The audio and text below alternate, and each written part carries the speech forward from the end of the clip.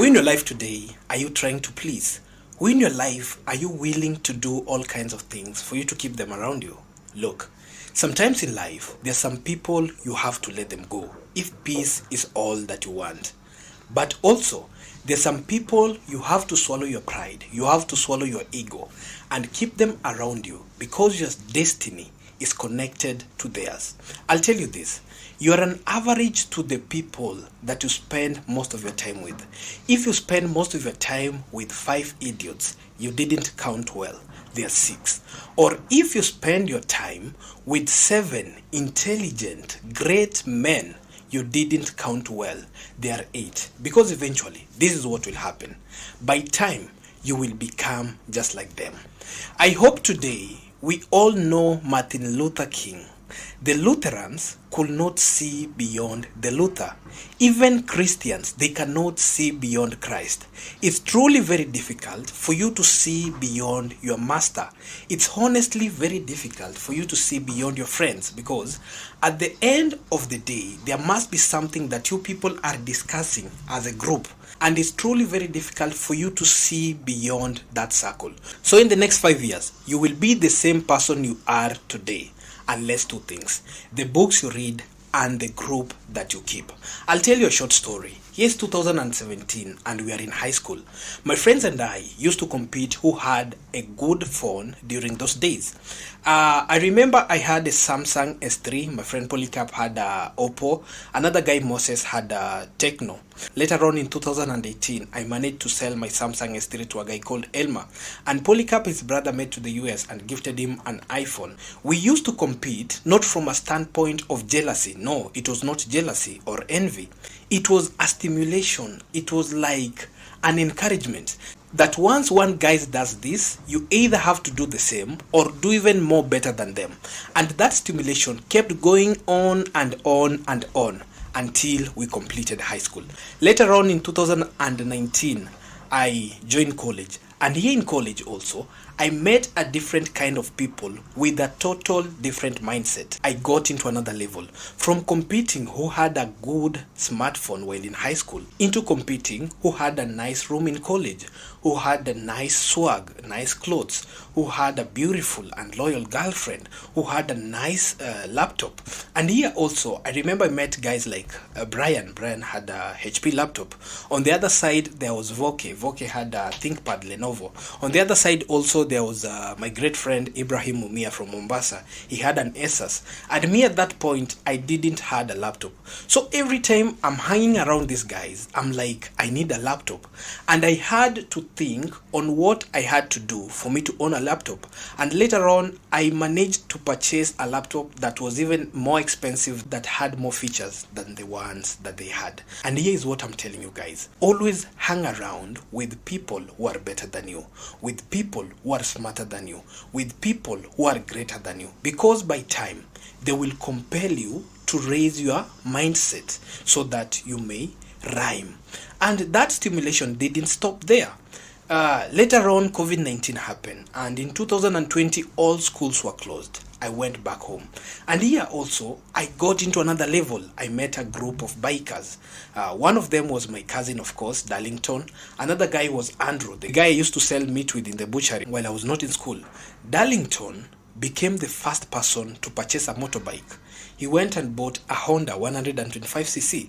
Later on, Andrew became the second person. He went and bought a Boxer 125cc. So every time I'm hanging around these guys, I'm like, I need a motorbike. Yes, I didn't necessarily needed a motorbike, but I felt like I missed something. And later on, some few months, during my 21st birthday, I went and bought a Sonlink 150cc, and I was like a little more than them. And that's why I'm telling you guys that always hang around with people who are greater than you. They will improve you. If you ever find yourself that you are the greatest person in the room, I tell you the truth, you are in a wrong room. Go to a room where you don't belong and stick by there. Spend the time, learn the basics, learn the principles, learn the laws, and by time you will grow. Yes, you might feel irrelevant. Yes, you might feel like you don't belong there. There is where you belong. So today we are going to discuss about 6 ways on how mindsets are formed. I'll begin by defining the term mindset. Mindset, it comes from the word mind. The mind is a powerful tool that determines who you are as a person. It determines how you think and why you think the way you think. It determines how you view yourself as well as how you view the world. In other words, a mindset is a set of beliefs, ideologies, and thoughts that influence how you handle any given situation. It literally dictates your personality. Number 1, how mindsets are formed is genes, purely genetics. I'll tell you something. The person you choose to sleep with, the person you choose to have a child with, has an impact to the child that you'll bring into the cosmos. These are facts. They are not assumptions. This is a well-done research, and I have statistical evidence to prove my statement, because I do understand some viewers, they are so controversial. They'll be like, where's the evidence? Where's the evidence? And this is what I'm telling you. In biology, we learned that after a woman conceiving a seed from a man, and I mean a man, because we've seen a lot of things, mostly from the Western culture, animals are getting contact with women. All of these things, they can't go forth because God is a wise God. And he meant business when he said, go and fill the earth. And it has to be between a male and a female. So all of these things that we are seeing around, these things, they can't go anywhere. It's just a confusion and ignorance that people are living with. We can't judge them, but these are facts. The only woman who managed to conceive without a seed from a man was Mary, the mother of Jesus. But the rest of the women, the seed has to come from a man. After conceiving, the zygote will form, and later it will develop to become a fetus. And during this stage, inside the fetus, the organs and system will begin to form. And the first system that forms inside the fetus is the nervous system. The nervous system, it contains the brain, the spinal cord, and the nerves. And here is where our focus is. So it's up to you the way you'll understand. I hope at your age you understand that the blood that is inside you is more older than you. Let's say, for example, if you're 25 years old, the blood that you have is more than 25 years old, because that is the blood that you received from your mother. The seed from the man, the male semen, does not carry blood. It carries only genes and DNA. And that's why children, they will tend to behave like their parents. So God only created blood once. And that blood, he created a system of recurring it. The blood that you have, it came from your mother. And the blood that your mother has, it came from her mother. And back and back and back. And that is why women are considered as they give life, because we understand blood carries life. Number 2 is culture. People from different cultures, they tend to have different mindsets. What they believe in, what they eat, what they find taboo to do or to speak in public, how they handle situations, how they solve problems, and so on and so on. For example, in Kenya, once you nod your head, that is a sign of disagreement. But in India, once you nod your head, that is a sign of agreement. So when you're going to hang out with these people, you're going to learn a lot of things. You're going to learn that they have a different spending habit. You're going to learn that they have a different way of which they solve problems, and so on and so on. So your culture, it literally affects your mindset. Number 3 is your past experience. A past experience of a person can really dictate how they behave. What has happened to you during your past can affect your mindset. My family and I were victims of the 2007 post-election violence. I was 7 years old in that time, but I can still replay that moment as if it happened yesterday. Because during that time, there was a massive outbreak of chickenpox, and I was one of the people who got infected. And I remember my dad had to take me to the hospital. And on our way to the hospital, I remember my dad covering my eyes with his hands so that I could not see the dead bodies that were lying across the roads. Moments like this, they can either break you or cultivate an incredible tolerance for pain and adversity. I had a lot of questions that even my dad could not answer. I had to go through a lot of therapy sessions for me to forget these experiences. And so, the people who have undergone extreme challenges, extreme problems, severe miseries, these people, they tend to become unbogable because they have this kind of mindset that no matter anything they face, they will always try a way to overcome it because they have the reputation of overcoming it. However, there are also some, because of the negative experiences that happened into their life, it left them with an unhealed wound. They were left heartbroken, they were left confused, they were left scared, and fear controls their life. But I will tell you something. Once you have fear, it means you lack faith. A person who has faith will never fear anything. But the people who lack faith, these are the people who are controlled by fear.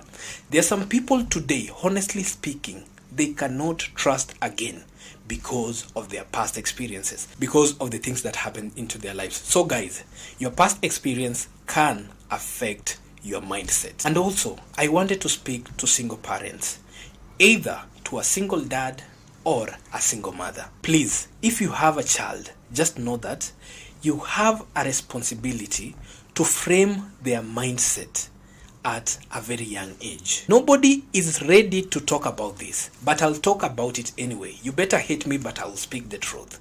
Most children are traumatized by the situations that their parents are putting them in.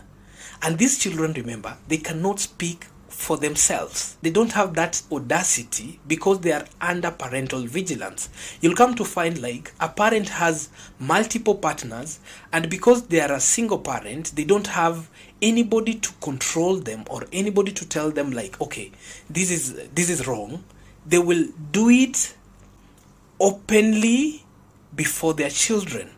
And remember, these children, they have idealized you. There is a process that a child grows with. Once a child grows with a parent, the child will idolize the parent. Like, the child will see you as the hero. And if you are not framing the mindset of this child at this age, you are reprogramming shame and reproach. You are reprogramming a very hard mindset that it will affect them into the future. Please, parents, once you do some other things, it's really very important. Just hide from them, because just know that you are raising a child. You are raising a king. You are raising a queen. Be honest with yourself. Do your things. You have the freedom. But please, protect their mindsets. Because research shows children who comes from single parents, they tend to have emotional issues. And most of them are in prison. Most of them do quite unlikely things. But that is not what we were shooting this content about. So, guys, that thing is really very sad. You will see what you will do. Number 4, we are going to talk about family backgrounds. The family where you come from. I'm not sarcastic. I'm so respectful and liberal. And I'm not trying to play with someone's emotions. I'm truly very sorry if whatever I'm going to say is going to affect somebody. But I will tell you the fact. Some families, they don't have a way of communication. Their way of communication is through disagreements and fights. You come to find, for example, if the father is a drunkard, and once this man arrives at home, the only thing he knows is only fight.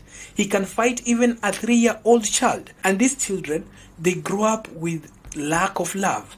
And once they become matured, these are the people, once you approach them and tell them, I love you, they don't know how to react. they don't know how to respond because they've never experienced love. All they've been through is conflicts, okay? And it's truly very hard for you to love such kind of people.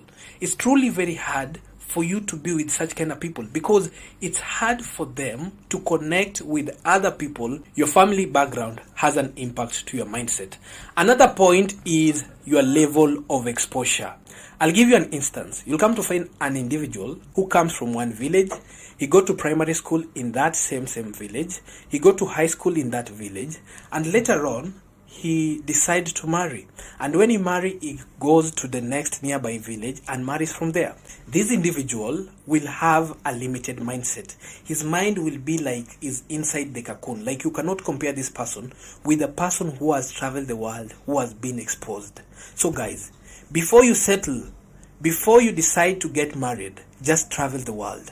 See how people do things. See how people raise children. See how people solve problems. See how things are being done before you start committing into a family. So in case you get a chance of traveling the world, I'll advise you, travel as much as you can. I do apologize to my children for getting late, but it's because let me travel the world a little bit. I will get children later in the future. Another point is association. Who you choose to hang out with. Who you choose to spend most of your time with. Your network is your net worth.